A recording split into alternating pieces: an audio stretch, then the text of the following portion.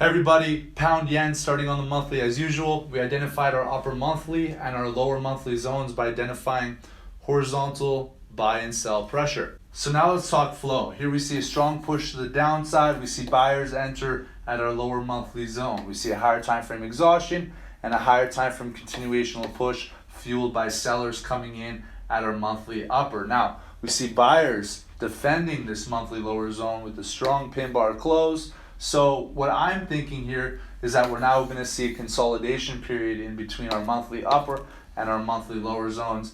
Let's take it to the weekly for a closer look. Onto the weekly, we identified here our weekly upper and our weekly zones by, yes again, horizontal buy and sell pressure. So here's our higher time frame push to the downside, higher time frame exhaustion, higher time frame continuational push, and like I said, I believe we're now going to see consolidation. Now let's gather all the information we can from the weekly. So we see a strong move off our lower weekly zone, actually fueled by buyers entering at our monthly lower. We see price make a strong move to its weekly upper zone. This is considered a push. What's after a push? That's right, an exhaustion. We know this already. So here we see a potential beginning of exhaustion. Now we're either going to see price come for a deep exhaustion, or we're going to see just an impulse move for a continuational push to the upside to not only retest its weekly upper, but also eventually to make its way to its monthly upper, so we can see this higher time frame consolidation period begin. Taking it to the daily, we identified our daily mid-range zone.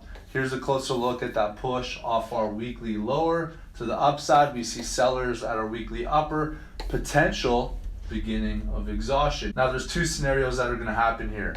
We're either going to see price come back for a deep exhaustion to retest its weekly lower, or in my opinion, what's going to happen due to the buy pressure to the upside fueled by buyers actually entering from our monthly lower zone is that price will eventually see that buy sensitivity to protect its daily mid-range for that continuational push to the upside. So let's take it down another time frame. Taking it down another time frame, we identified a downtrend with lower highs. So this is nice. We see a squeeze here giving us a good marker of indication. We're going to stay patient and wait for price to break this downtrend to the upside. That's a push. We wait for exhaustion to retest either its former downtrend or retest its daily mid-range zone. Before then, we look for price action confirmation to the upside. So a bullish engulfing candle close to signal entry to the upside.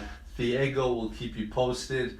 And I wanted to give you guys this analysis a little bit early so you can identify and start to watch things mature and grow. Now, what would make this trade invalid? Very simple. If price breaks this daily to the downside, we know that it's going to its weekly lower zone, and we readjust from this long entry to a potential short entry, meaning this long becomes invalid.